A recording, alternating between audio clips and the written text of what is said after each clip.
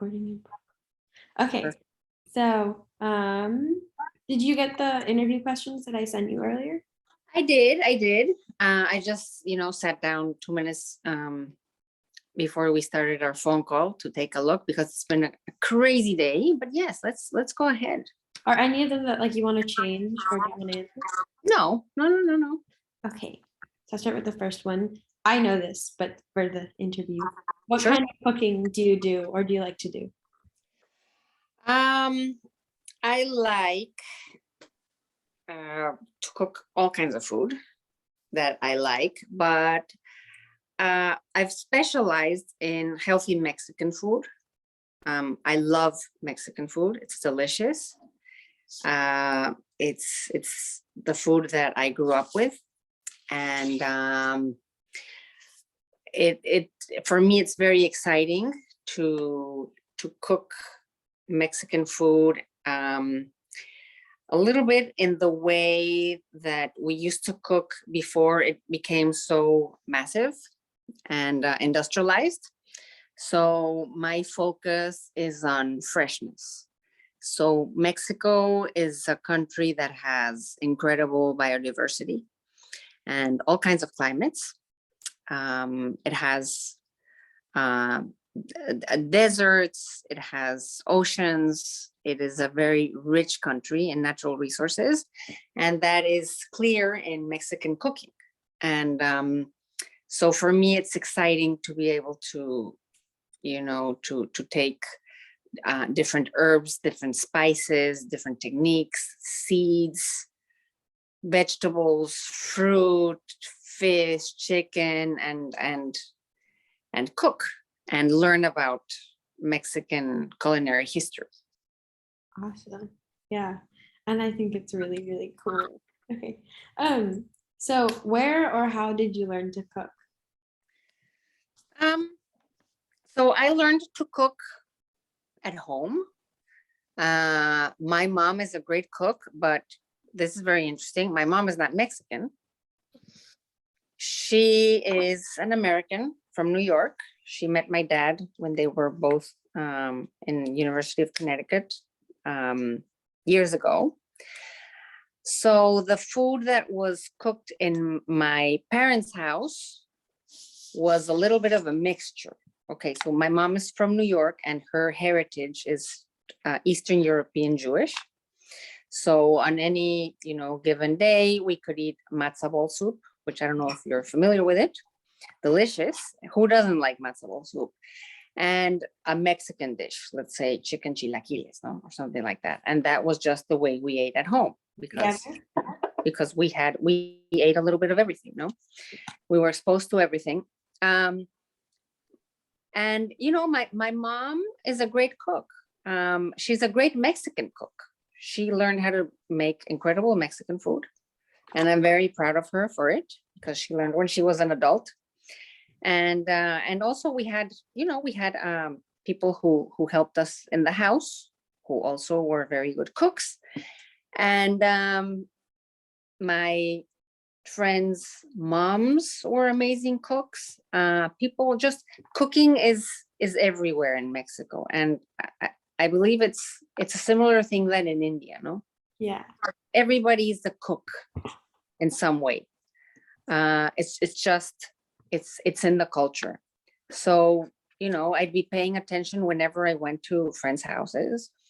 I paid attention when I went to restaurants. It was just something that I really loved because I love to eat. And I think my parents would have never imagined that I would become so interested in cooking and in eating food. I was a picky eater as a kid. I just liked, I liked 4 things. But I think I started to become more exposed to different types of food, maybe in high school.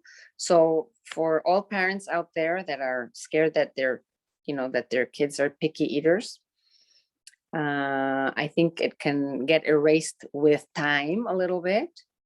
However, I think you also have to be in an environment where you're exposed to different types of food constantly, no? And, that's something that happens in Mexico. You go to friends' houses and the food is amazing. I think I took it for granted all my life until I moved to the US and saw the difference, no? In US culture, in general, and I don't like to generalize, but in general,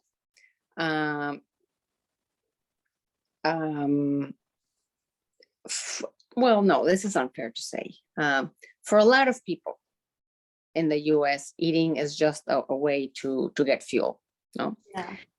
Whereas in other countries, and also in certain places in the US, just food is the first thing you think about when you wake up.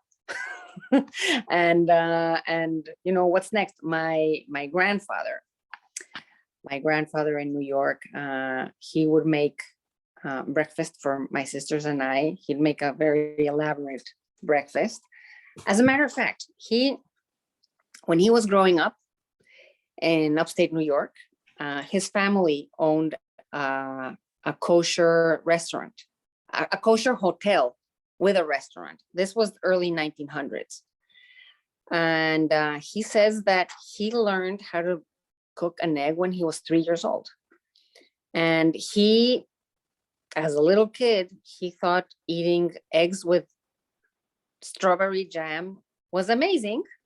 Something that he invented when he was probably 5 years old, because back then, kids were in the kitchen. It's not like today that, everybody's, like more aware that, that the kitchen could be a dangerous place. No, he was up there, cooking, fire, tools, everything, making his own eggs and jam. And something that he ate all his life. He never got to convince me that it was a good idea.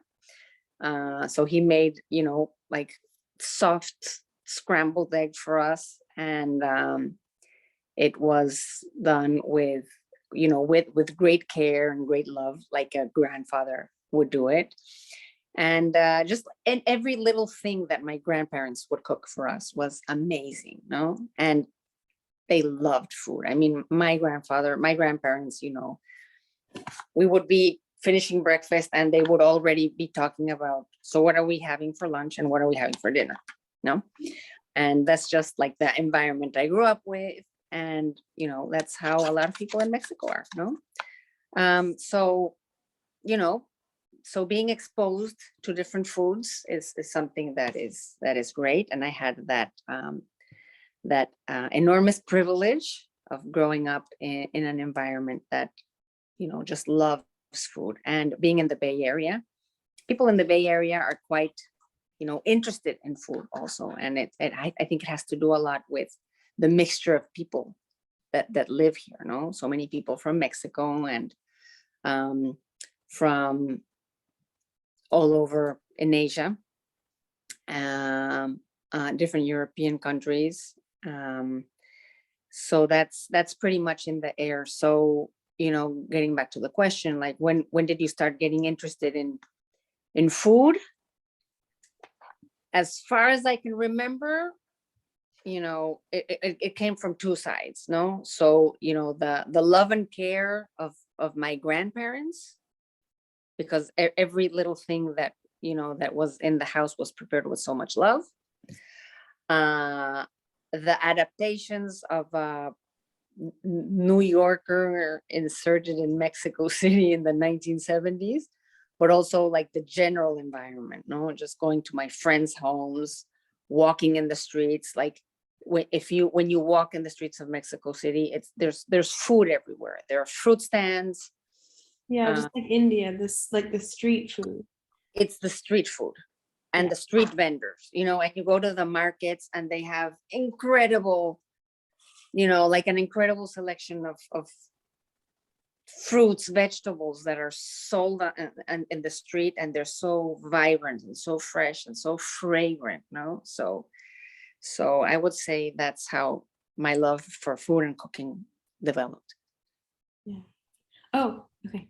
I don't know whether to keep this in the recording or not, but mangosteens, the fruit? The what? Mangosteen, the fruit?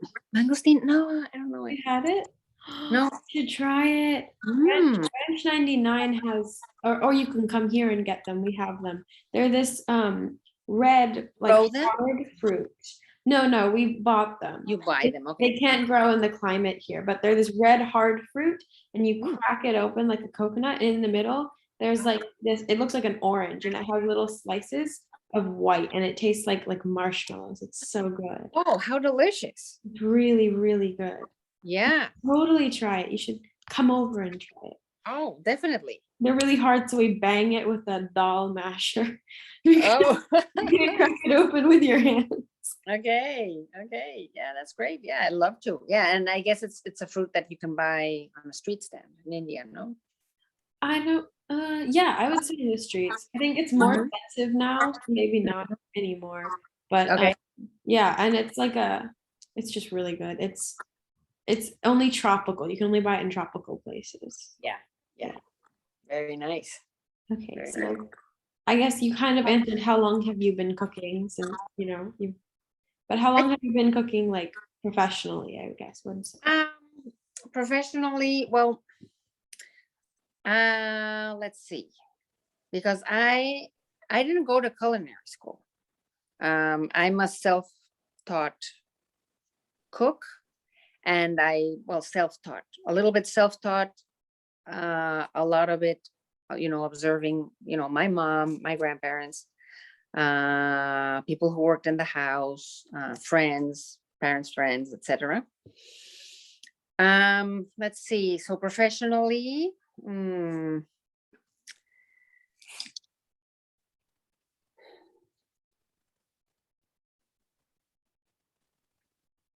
I've been teaching about healthier ways to eat Mexican food. So I can't say I've been, professionally cooking because I haven't been selling my food, no.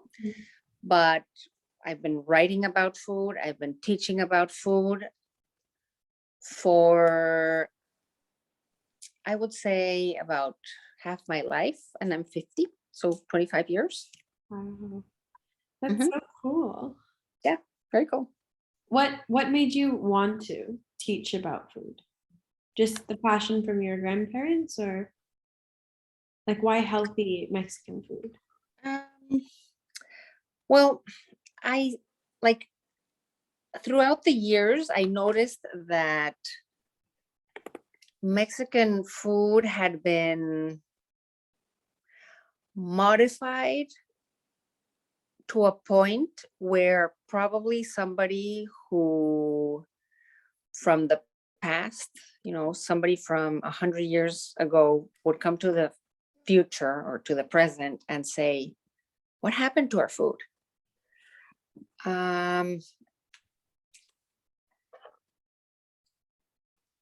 Urbanization and industrialization have had many benefits in Mexico, but it has also had some disadvantages. And one of the disadvantages is that the quality of the food that is available to most Mexicans is probably not as high as it used to. Except for it depends. Let me say, so fruits, vegetables, spices, seeds, all that is great. Mhm. However, the quality of the tortillas that most of the people can buy now is not very great because, and tortillas are a staple of Mexican food. I mean, it's tortillas and corn tortillas and beans and chilies, no? We're eating a lot of tortillas made out of corn flour that has not gone through the process of nixtamal, which is a process that makes corn easier to digest. And one of the principles of Ayurveda, and I'm writing a cookbook it's a Mexican cookbook based on the principles of Ayurveda. One of the main principles of Ayurveda is you are what you can digest. Sorry about that. So the process of nixtamalización or nixtamalization, what it does is it makes the corn easy to digest. No? Um, a lot of the tortillas that are available commercially have not gone through that process. So it's not as healthy and it's not as easy to digest. That's one. And the other one is that we're eating a lot of low quality corn. And our bodies are made out of the food we eat. So if we eat high quality, nutritious, fresh food, that's the type of body and mind that we're going to develop. Yeah. If it's refined, processed, low quality, that's going to start to be, that's what forms us, no? I couldn't understand how in a country like Mexico that is so rich in biodiversity, so rich in land extension and resources, so many people were going hungry. Yeah. And I'm going to tell you about a defining moment in my life. And I still get a little bit like choked up when I think about it. I was 18 years old, last year of high school. And I used to row. I practiced rowing, like the rowing that you see in the On the boats. on the boats on the Thames, no? Yeah. Like the, Yeah. Oh, the like. yeah. Where you use the whole body, no?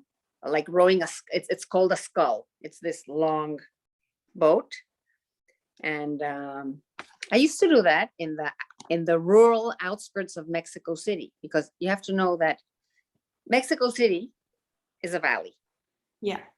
And this valley used to be all lakes and rivers before the Spaniards came. And it was a floating city that was founded in the year 1325. 1325. I think it was 1325.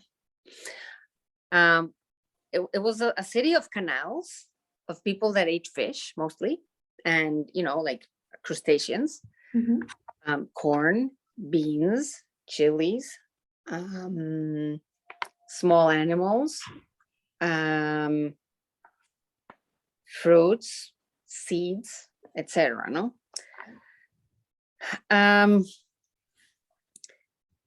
And when the Spaniards came, and I don't know the exact reasons why they decided to dredge the city. No, so instead of being a city of canals, it became a city of a paved city that would get flooded with great frequency, because it wasn't meant Supposed to be wet.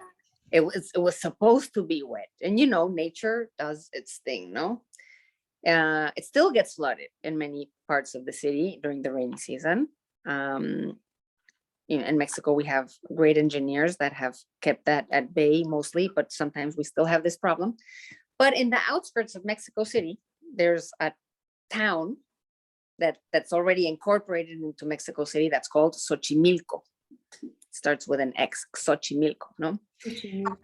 And they still cultivate in small parcels of land, and people move in canoes, and they're and it's very common to have to plant all the things that I told you, no? And flowers. Oh, it's like the Indian rice paddies, where it's like you plant in between water, on hills and stuff in between water. Yeah. Although, well, I haven't seen those paddies, but I think those are like flooded paddies. These are canals. In between the like patches of agriculture. Patches of land that are cultivated with all kinds of vegetables. And this land is so fertile that it provides a large percentage of the food that is consumed in Mexico City. And Mexico City has 23 million people. Yeah. It's amazing, very productive, no? So, I rode there. I came upon rowing by accident. I had a classmate that said, I'm part of a rowing club, and there's going to be a rowing competition between different schools. Like, who would like to try it? And I was like, me. I had never done it. So I joined the club and I rowed there, we had this competition, and after the competition, I thought, wow, I love this thing, because you were in the water, and Mexico City surrounded by, mountains and hills and volcanoes, and I'd go in the evenings, and it was just magical, and it was magical to see the canoes Yeah. with produce and Oh, yeah. canoes around the Day of the Dead. The Day of the Dead is November 1st and 2nd. Yeah. Just packed with flor de cempasúchil, marigolds, Yeah. Yeah. but packed, and with purple flowers, white flowers. And I thought, wow, like I grew up in Mexico City and everything, but it wasn't until I spent time in Xochimilco that I was like, this was actually was what the Valley of Mexico used to look like. And so I belonged to a rowing club, and there was a family that they were like, I don't know if the right name is the janitors for the club. They kind of, kept an eye on the club. But if you can imagine, it was like a field, and then the canal, and there was a cornfield. And this was it was I don't want to say posh club, but it was, you needed certain resources to belong there and be able to row. And there was a family that lived on a plot of land, like, like the club was over here. Here was the canal, and here, on this side of the canal, this was part of the club, and they let this family live there. A family made up of mom and dad and 5 kids, and they seemed desperately poor. And I learned from speaking with them, because they would open the gate for me to go in. So hello, they were always very nice. The kids were they always seemed happy, but they seemed desperately poor. And in my mentality, my high school mentality, who had not really seen desperately poor people. I mean, you'd pass them on a highway, you'd pass them on a street, but you never talked with them. Yeah. I asked the mom, can I tutor your kids and help them with their homework? And she was like, sure. So they showed up. When I showed up the next day to the club, here they were, ages 3 to 12. They were all waiting for me. They were all wearing a white clean shirt for the first time, because they had to wash their clothes by hand. Yeah. And she had a lot of kids. She was very busy. Their faces washed, and I said, okay, like we sat in the field, and I was like, so show me your homework. Like, what do you have problems with? Like thinking like maybe they need help with math or history. And they just looked at each other like, and I didn't understand what was going on. And until the eldest girl said, we've never gone to school. Mhm.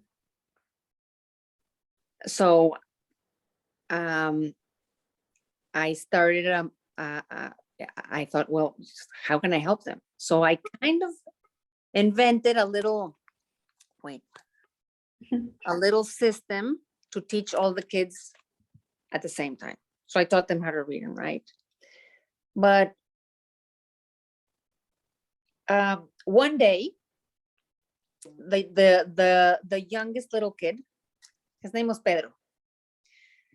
I was waiting for them to come to class, And here he was, he was very, very tiny for his age. And I had noticed that all the kids had like very,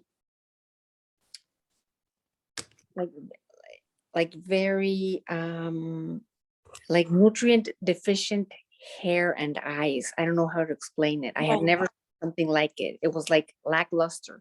Yeah, I know what you Lackluster mean. eyes, their skin. When they're not getting the vitamins they They need. weren't getting the vitamins, no, their skin, their hair, their eyes. But beautiful kids. I mean, just, sweet. And so we're waiting for the youngest kid, Pedro. So I see him cross the fields, these fields of corn, like running happily to go home, holding a huge bottle of Coca-Cola in one hand and a huge bag of chips in the other hand. And something clicked, because these people could barely afford any food. And the very few resources they had, they were using to buy food that apparently was very inexpensive. But if you took it by grams of nutrition, Mhm. it could be the most expensive food on the planet, because how much of that will you need in order to get a little bit of nutrition from a bag of chips, let's say, no? And, they were buying soda because, well, Mexico is one of the great consumers of, it's number one in Coca-Cola. It's number two in sodas overall. And a lot of it is because of the gas. It gives you the sensation of satiation. So it helps you, and it gives you sugar. So it helps you like to work. But it's not giving you anything. No nutrients. It may make you sick in the long term, no? So, it was, I can still see it in my mind. That was the moment. That was a breakthrough moment in my life where I, like my interest in food and my interest in kids and my interest to make the world a better place. So, by the way, I studied international relations in college and then graduate school in DC, because I wanted to fix the world. No, I wanted to make it better. No, I grew up seeing photos of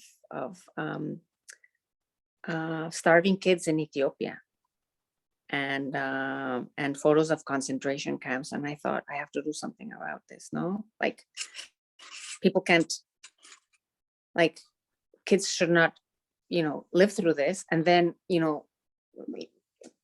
little Pedro, like, who's very small for his age, and whom I'm dealing with every day, he looks so undernourished, and he's crossing a field in which, food is abundant, but not for him. Yeah. And he has a bottle of Coke in one hand and a bag of chips in the other hand. And I was like, this is not right. So then, besides, teaching the kids how to read and write, I, tried to tactfully, speak with the mom and see, would she, if we could talk about food. As we talked earlier, like, all Mexicans are cooks. She knew what good food was, but they were so poor, and, probably they wanted to, celebrate a little bit, have some good food. My dad grew up quite poor, and he always told me stories about how his great grandmother would make him stews with bones. Bones are very nutrient dense, so she would make these broths and boil them for 10, 15, 20 hours, no? They were super nutritious. If you see my dad, he's 80. He has the best health. He has incredible teeth.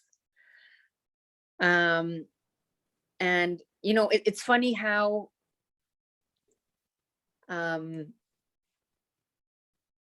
something that can happen in one part of the world or in one side of the family that's totally unrelated to the other side of the family, but it came full circle, no? So my great grandmother on my mom's side, my mom from New York, she came from Ukraine. It used to be Poland then. Yeah. And when she moved to the US, they were very poor immigrants. And what did she make for her 10 kids? Bone broth. Stews of bones. And my grandma's 98 years old. And next time I see you, I'll show you a picture of my grandmother. She has incredible health, incredible skin, incredible teeth, incredible bones. I'll have to start boiling bone. Yeah. Oh yeah. And in the recipe book that I'm writing, there's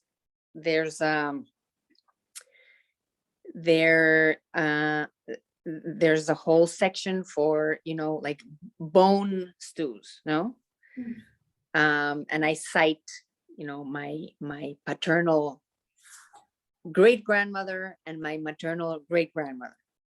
So it's almost like a story, no? Here you have two women that come from totally different parts of the world who didn't know that 80 years later Their grandchildren.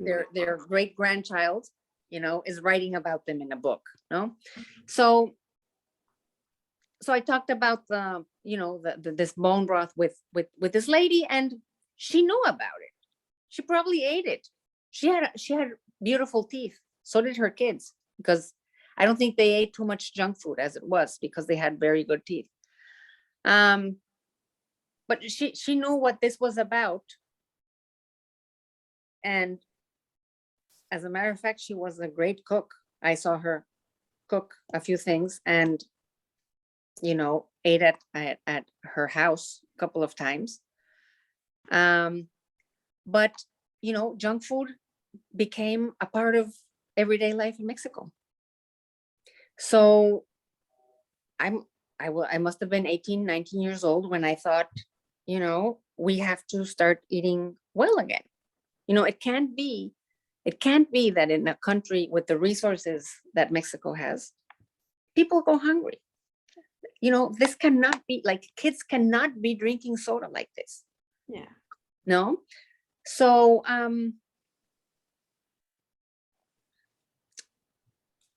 with the years, that was kind of my hobby. My hobby was, like, in my free time, I do my community work. I'd experiment. When I went for graduate school in DC, that's when I started cooking. I cooked for my friends. My friends loved it. And then once I moved back to Mexico, I started doing it. I had work being a journalist, different things, but my heart was really in, teaching people how to, that eating healthy could be delicious, inexpensive, and it was also in our cultural DNA, if you could say so. Yeah. It's not like eating high quality food is not a novelty in Mexico. Like, we know what it is, like, we get it. But there's been so much marketing around, junk food, like chips, pastries, sodas, juices, like a bottled juice. I don't care if it's 100% orange juice. 3 minutes after you squeeze a citrus fruit, vitamin C has disappeared. Yeah. So you're drinking sugar. So we're eating sugar all the time, no? And we're eating, processed breads, and we're frying our rice. and we're not eating good quality corn tortillas, or we're eating, like low quality wheat tortillas. And when there's more income in a family, people start eating like more meat, more dairy, less vegetables, less fruit. And we have food related epidemics, like diabetes. We're number one in diabetes, in adult diabetes and child diabetes. I don't know, I don't remember if we're first or second place. Obesity rates, we're first and second place in the world. And why, if we have all those natural resources? Yeah. Like, there's fresh food everywhere. It's not like in the US that, you have to go to a specialized supermarket in order to get like, like a regular quality vegetable. No, there are fruit stands with amazing, fragrant cilantro and fragrant radishes and, delicious oranges. It's there. Like, why are we doing this? No. So a little bit, it's been like to explore the reasons and why we're eating like this. And just to say, like, it's in our culture, it's still delicious. There's a different way of preparing certain foods to preserve their delicious taste, but just keep it more nutritious. So that's answering your question in a very long way, but That's what inspired you. yes, that was a defining moment. And it's stuck in my mind. And whenever I think about him, I am humbled at the love this family showed towards me. And I'll never forget, one time I brought some peanut candies. I don't know if you know them. They're famous in Mexico. Mazapan. It's like a little round. Yeah. Yeah, they're made out of peanut and sugar. No, so I thought, I'll bring them some mazapanes, and I'll give them to them after their week-long classes, because they've been wonderful students and they did a great effort. So I had one for each kid, and I gave them to them when we finished the class. And when we finished, I said, you can eat your candy. Like, I was used to, like any other kid that I grew up with would have been like, yeah, like opened it, no? Yeah. And these kids, they took it and they kept it like this. And I was like, yeah, go ahead, the class is over, like, open your mazapan. All the kids looked at each other. They looked at their older sister, and the older sister said, whenever we buy something, sorry, or whenever somebody gives us something or we find something, we take it to our mom.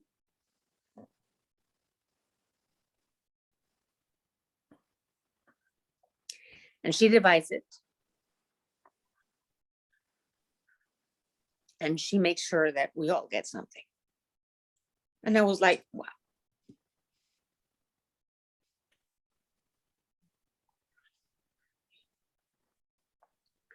This is what I like. This is where my heart is. And sorry. No, don't be sorry. I want all the kids of the world to be able to eat good food so they can grow healthy and can have energy to play and to go to school.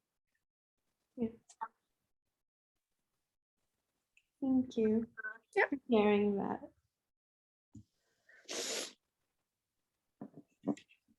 Yeah. What process do you use to come up with recipes? Are they passed down to you, or do you like mix what you know about your culture and your food? Let me connect my phone. Yeah, so a little bit is what I've learned watching people cook. I have about 100 recipe books at home. So I've become a little bit of a recipe book hoarder. I love recipe books, especially if they have, great photos.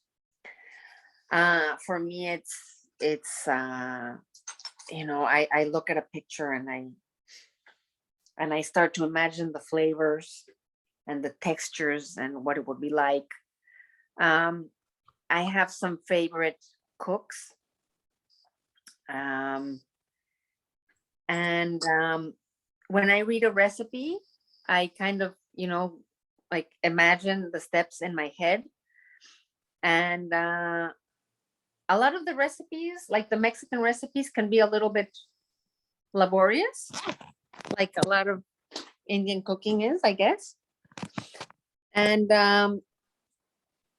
when I think of the recipes that I want, so I want people to use my book. Yeah. I don't want them to just buy it. I want them to really like test the recipes and eat that food. Mm.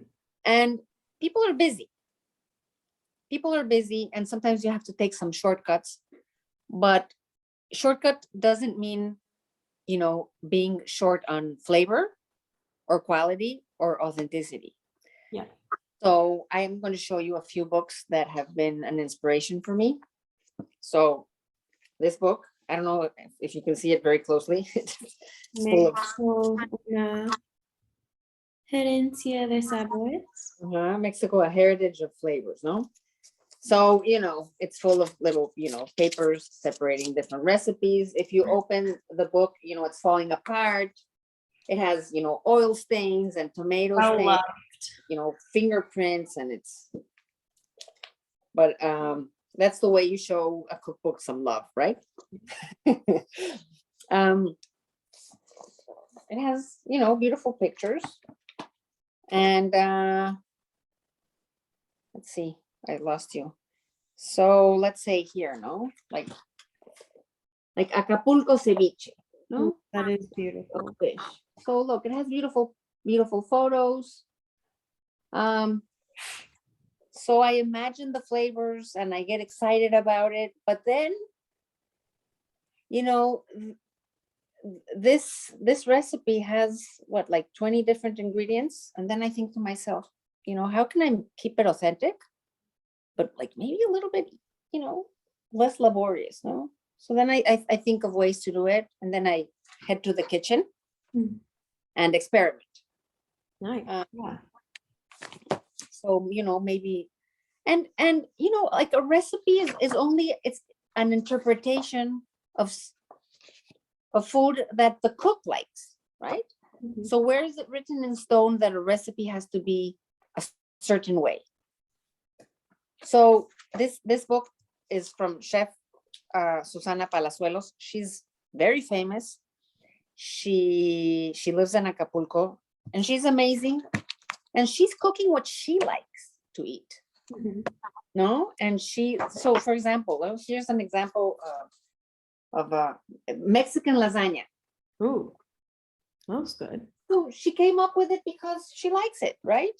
Yeah. Well, there are things that I like. And there are certain things that, that I will,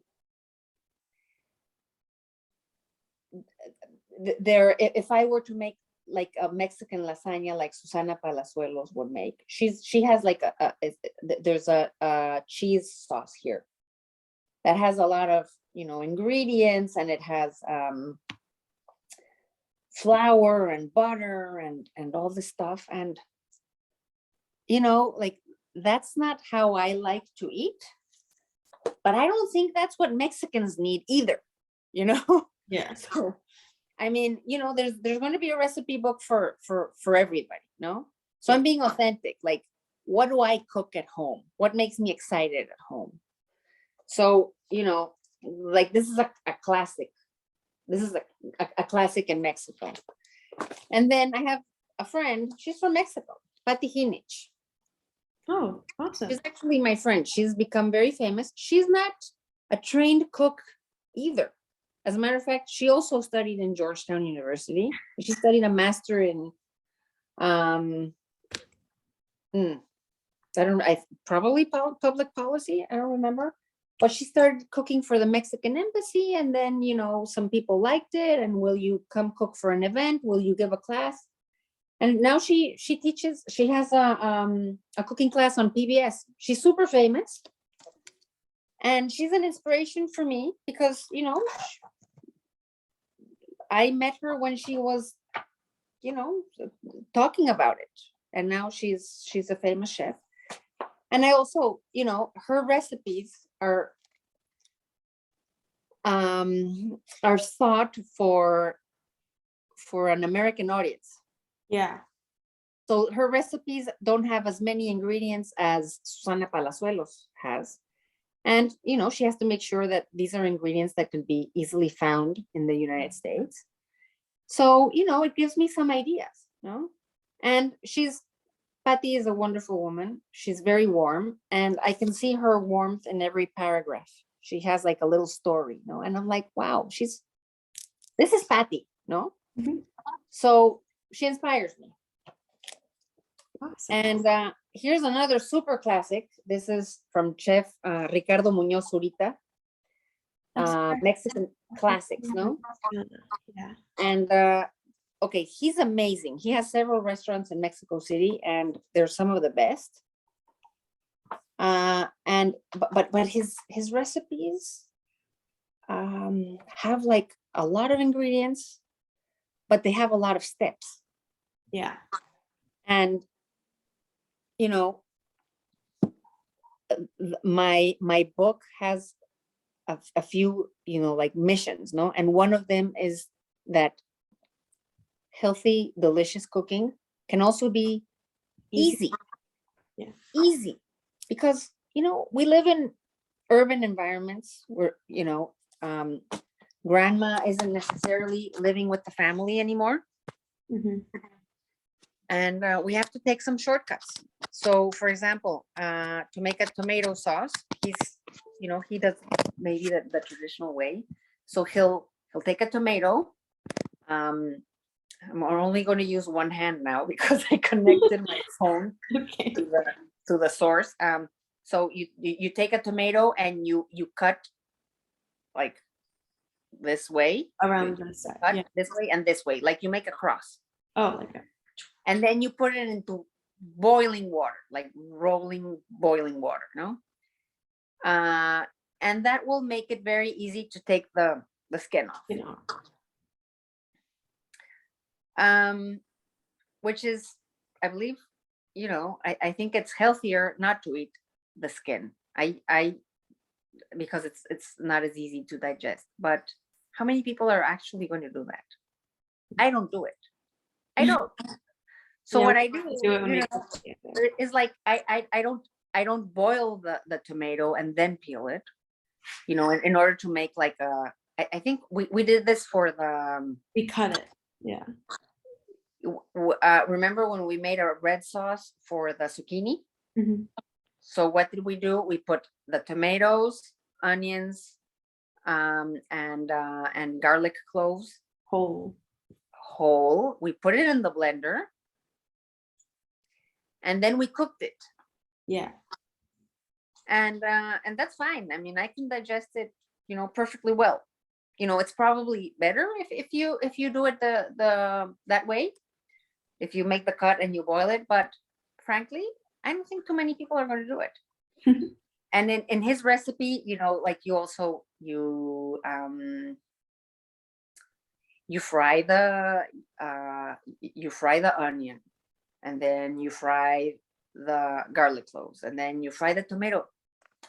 It's so long.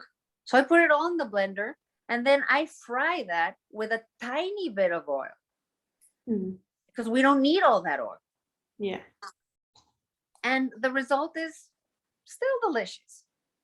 And I didn't really skimp on any ingredients. No, I just, so that's how I pick my recipes. No, so I have some favorite authors that I trust, and I see, what they like. I imagine it.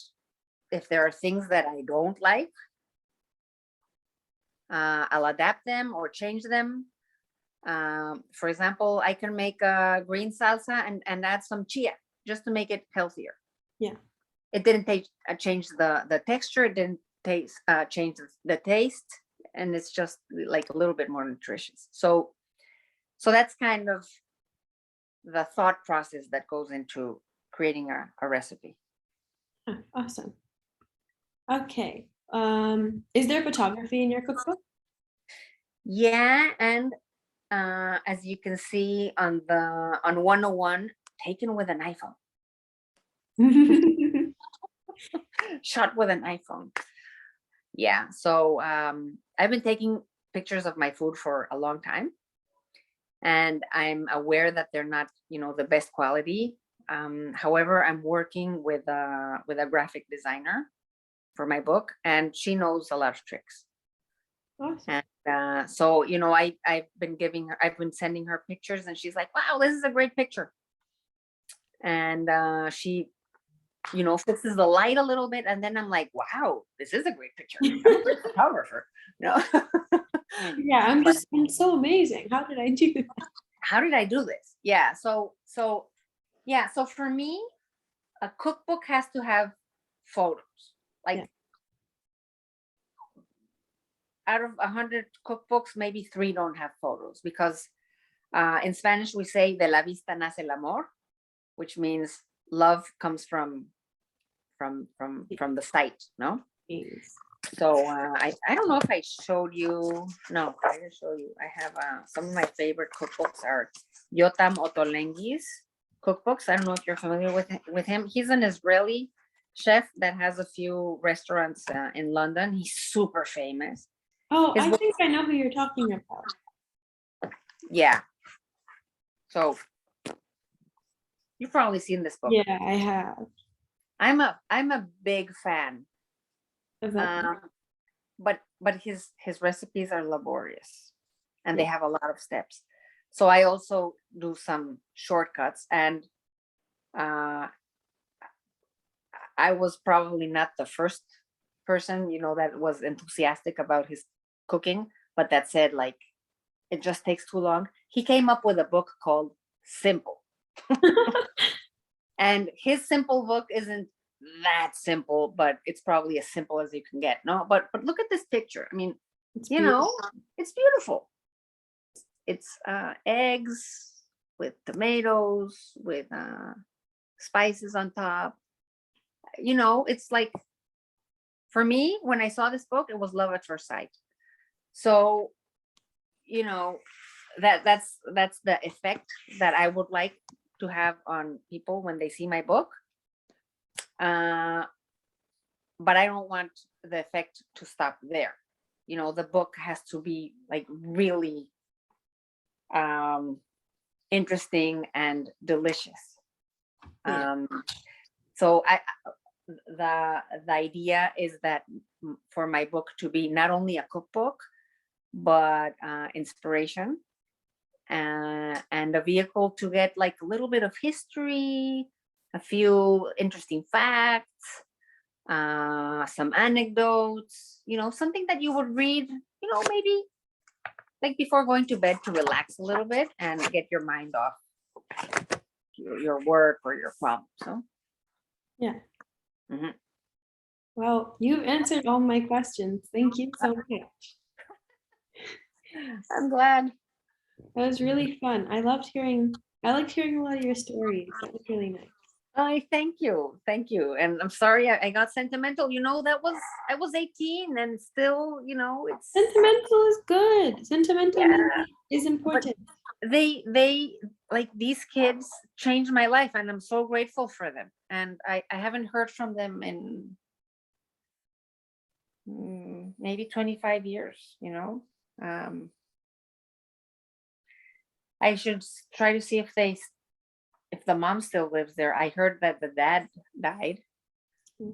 But just to know, like, what they're up to, and to, thank them, because they inspired me to do this. Yeah. Mhm. Thank you so much. Hi, thank you, Alia.